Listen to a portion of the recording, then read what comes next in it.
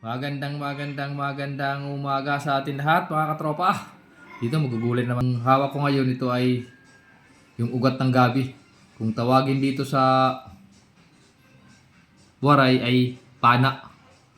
So dinisan natin, tanggalan natin yung balat. Ito na yung mga natapos na kanina. Ito.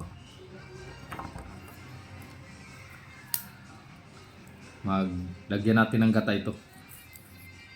Tapos may ibang mga sangkap pa ito kung gagawin natin gulay mamaya para paranghalian.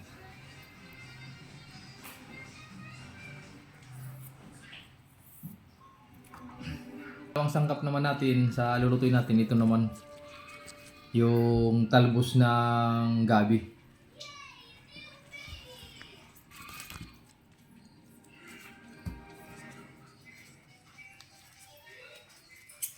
Ito lang yan.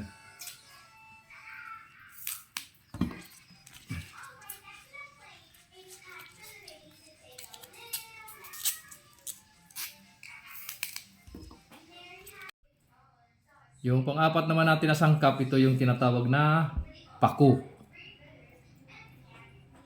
Linisan din natin to.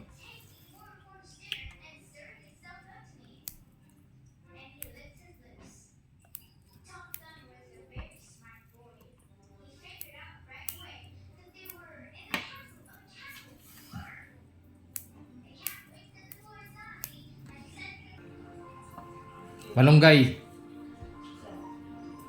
Sasawag din natin to sa gulay natin para masustansya. Mayroon din tayo dito yung tinatawag na tanglad. Yung lemongrass. Pangpasarap ng sabaw niya. Puso ng saging.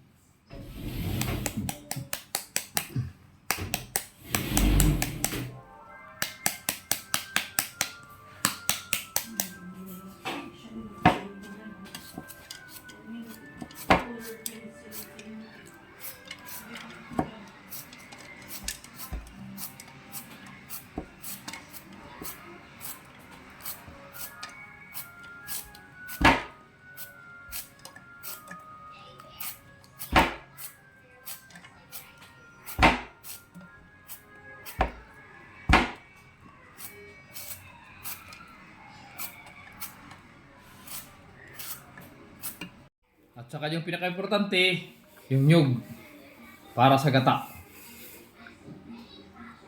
Ito na pala yung nyug.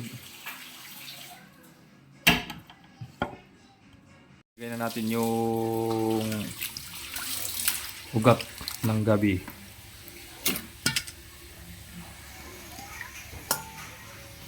Tapos yung talbos ng gabi. Lagyan na rin natin dito sa ano.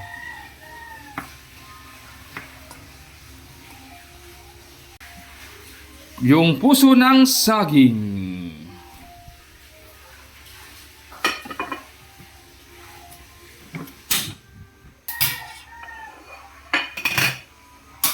Bali, ilalagay na natin yung tanglad.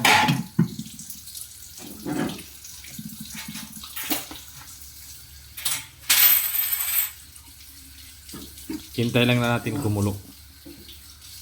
Kumukulo na. Lagyan natin ng asin para mas masarap.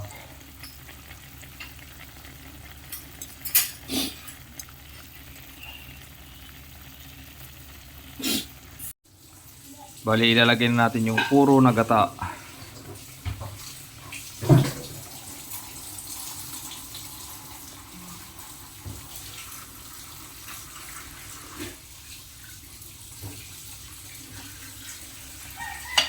Tapos susunod natin yung talbos ng kamote.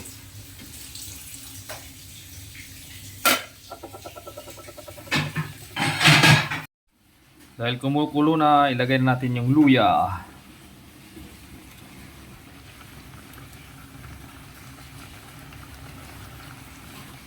Tapos yung malunggay.